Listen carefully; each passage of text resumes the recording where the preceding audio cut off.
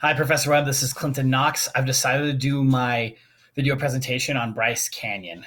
Bryce Canyon is one of the most unique national parks we have here in Utah, and it's one of my favorite. I've had a chance to visit it when I was younger multiple times. So what's so unique about Bryce Canyon is it's built on the Clarion Formation, which is a part of a lot of national parks in southeast Utah. Zion has it, Cedar Breaks has it, Canyonlands has it. This Clarion Formation was created um, millions of years ago during the Cretaceous period, where ancient lakes would have water laid down. Ancient lakes would bring in sediment that would lay down and create these formations. So as you can see here, this bottom formation, this red, is mudstone and shale, and it's been oxidized, so it had some iron red color. The tops right here, this white part, is limestone, very thick limestone. It can be from 5 feet to 100 feet thick. How this came about is there was a thrusting upward because of the Pengrosung, I can't say that, fault zone and the severe fault zone that created a ramp-like motion that pushed this upwards, creating an unconformity. Now, this formation is really cool, and it has a lot to do with another feature there, which you can see here, which are the hoodoos.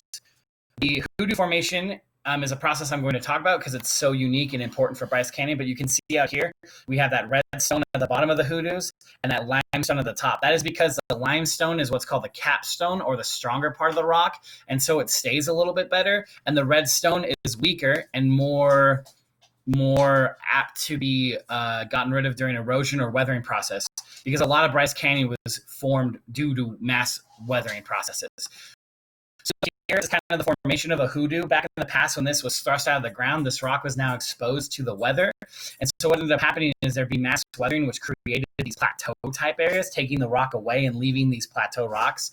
Eventually, it would keep weathering until it became what's called a fin, a geological feature. These fins have the shale and mudstone on the bottom and this limestone on the top.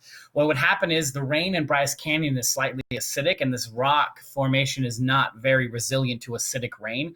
So basically what ended up happening is the bottoms would start to get eroded while the tops would stay. You can look here, what's called a window. Now these windows are created when the rock beneath it is destroyed, either through acidic rain or through what's called a frost wedging process. What ends up happening is water will melt because it gets hotter during the day and seep into the cracks. And then at night when it freezes, it'll increase in size up to 9%. This increase in size creates like a wedge that'll break the rocks away.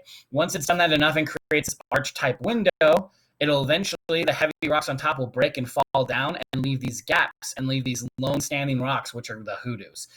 This has ended up happening because the bottom of it, like I said, is weaker, and the top part is that limestone, so that limestone will stay. That's how sometimes you get those hoodoos that have that big rock on top and the skinnier rocks holding it up. Eventually those will fall away and break, but for now we can stare out and look at the beauty that is Bryce Canyon.